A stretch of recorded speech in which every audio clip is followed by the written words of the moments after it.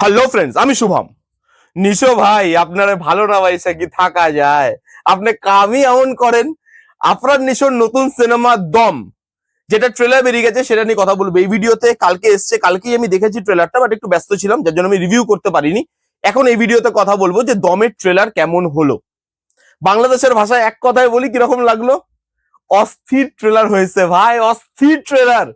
Seriously বলছি, বাংলাদেশের ঈদে যতগুলো সিনেমা আসছে, এই সিনেমার সঙ্গে যদি আপনাকে টক্কর দিতে হয়, তাহলে আপনার এখানে দম থাকতে হবে। এই ট্রেলারটা সেটা স্পষ্ট জানিয়ে দিয়েছে বাকি সিনেমাগুলোকে। আফরান নিশো আছে লিড রোলে। আসছি ট্রেলারটার ভালো দিক খারাপ দিকে। খারাপ দিক তো কিছু নেই ভাই, সবই ভালো দিক।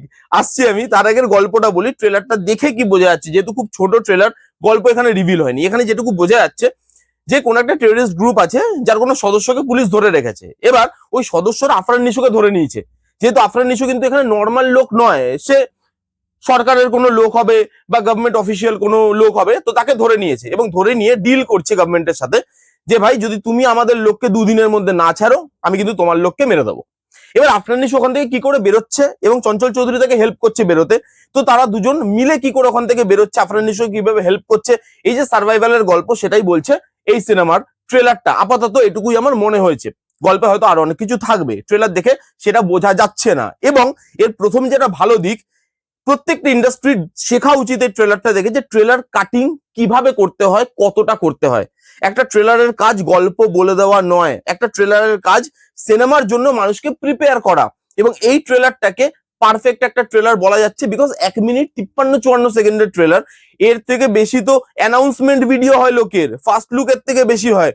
আমরা তো ট্রেলার দেখেছি, 4 মিনিটেরও ট্রেলার দেখেছি বলিউডে আমি। তো সেখানে 1 মিনিট 53-54 সেকেন্ডের ট্রেলার, এবং ট্রেলারটার কাটিং দেখুন আপনি। প্রত্যেকটা জায়গায় বিট বাই বিট ডায়লগের সঙ্গে ভিজুয়ালের সঙ্গে যেভাবে দেখানো হচ্ছে, সেটা আউটস্ট্যান্ডিং।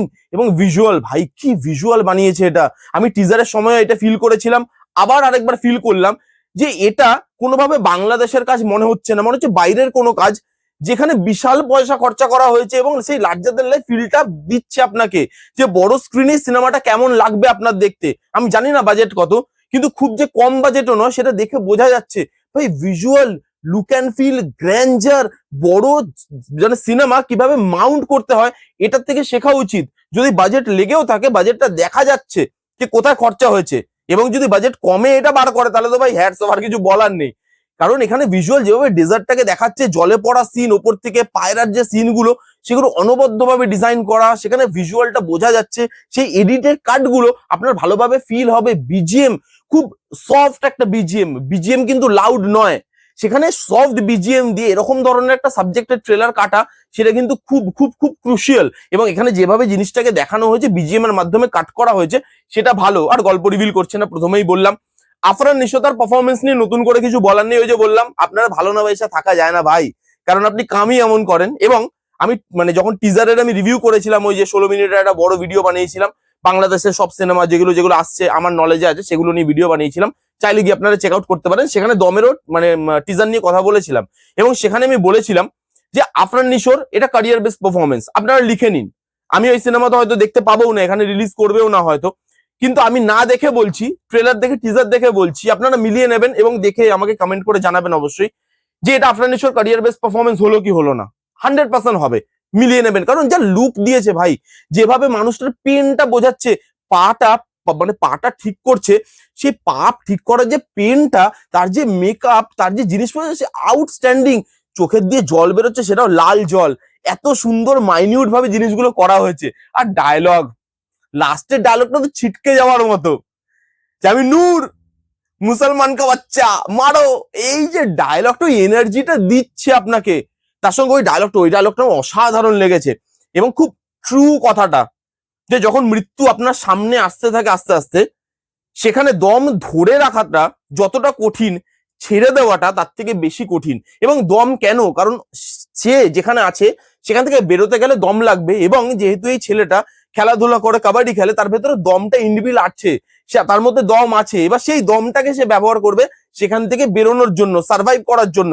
সেটা কিভাবে করছে, এবং নামটা দম কেন, সেটাও যেভাবে দেখানো হয়েছে, সেটা অসাধারণ, অনবদ্য প্রত্যেকটা দিকে। 1 minute 54 second just breadth taking.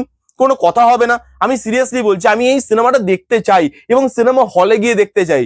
চরকিতে এই সিনেমাটা দেখে আমি মজা পাবো না। চরকিতে আমি দেখতে পাবো হয়তো, বাট আমি মজা পাবো না, কারণ ভিজুয়ালটা না হলে গিয়ে দেখলেই হয়তো আমার মনে হচ্ছে যে মানে জাস্টিফাই হবে। না হলে এই ভিজুয়াল ফোনে দেখে মজা নেই বস। আমি জানি না, মানে রিলিজ করলে খুব ভালো হতো আর কি। এই সিনেমাটা আমার দেখার মন থেকে ইচ্ছা, বিশ্বাস করুন, মন থেকে। বড় বড় সিনেমা সে তার সঙ্গেও যদি এটা আসে, আমি অন্তত দেখতে যাচ্ছি এই সিনেমাটা, এটুকু আমি আপনাদেরকে কথা দিলাম। খুব ভালো হয়েছে, খুব সুন্দর একটা ট্রেলার, এঙ্গেজিং, ছোট, ক্রিস্প, টপ নচ, প্রত্যেকটা ডিপার্টমেন্টকে ভালোভাবে দেখানো হয়েছে ট্রেলারে। এবং গল্প রিভিল না করে ছোট টাইমের মধ্যে যেভাবে জিনিসটাকে দেখানো হয়েছে সেটা খুব সুন্দর, খুব খুব সুন্দর। আফরান নিশো ফাটিয়ে দিয়েছে ভাই, ফাটিয়ে দিয়েছে। এইবার এই সিনেমাগুলো বাংলাদেশে চলাটা না খুব জরুরি। বাকি সুপারস্টারের সিনেমা আসছে আমি জানি, আপনারা ওইগুলোও দেখতে যাবেন সেটাও আমি জানি, কিন্তু এই সিনেমাগুলোকে বেশি প্রায়োরিটি আপনাদেরকে দিতে হবে। তাহলেই বাংলাদেশ ইন্ডাস্ট্রির ভালো, বাংলাদেশের দর্শকের জন্য, তাদের টেস্টের জন্য, সেটা তাদের ভবিষ্যতের জন্য এগুলো আরো বেশি বেশি ইম্পর্টেন্ট। এই সিনেমাগুলো বেশি বেশি করে মানে চলা উচিত। আমি জানি না কতটা চলবে না চলবে, আমার আইডিয়া নেই অতটা, বাট এই সিনেমাটা টক্কর যে দেবে, বাকি সিনেমাগুলোকে মুশকিলে যে ফেলবে কম্পিটিশন মার্কেটে, এই সিনেমাটা যে এগিয়ে থাকবে সবার থেকে, সেটা ট্রেলার থেকে স্পষ্ট। এটাই আমার রিয়াকশন ছিল, আমি সারাদিন এটা নিয়ে কথা বলতে পারি, ঠিক আছে? তো ভিডিওটা শেষ করি, অনেক বড় ভিডিও হয়ে যাবে। মানে কথা বলতে বলতে এতই ভালো লেগেছে আমার ট্রেলারটা। কারা কারা দেখেছেন কমেন্ট করে জানান যে আপনাদের কিরকম লাগলো। যারা যারা দেখেননি, ওপার বাংলা হোক এপার বাংলার হোক, প্রত্যেকটা দর্শক যারা আমার এই ভিডিওটা দেখছেন, আমি প্রত্যেককে রিকোয়েস্ট করবো, যান এই ট্রেলারটা গিয়ে দেখুন এবং দেখে কমেন্ট করে জানান যে আপনাদের কিরকম লাগলো। এই ছিল রিভিউ। কেমন লাগলো রিভিউটা জানাতে ভুলবেন না। ভালো লাগলে please give it a Thums up, like করবেন, কমেন্ট করবেন, শেয়ার করবেন, চ্যানেলটাকে মাস্ট সাবস্ক্রাইব করবেন। দেখা হচ্ছে নেক্সট কোনো ভিডিওতে। ততক্ষণ bye bye, take care and be safe.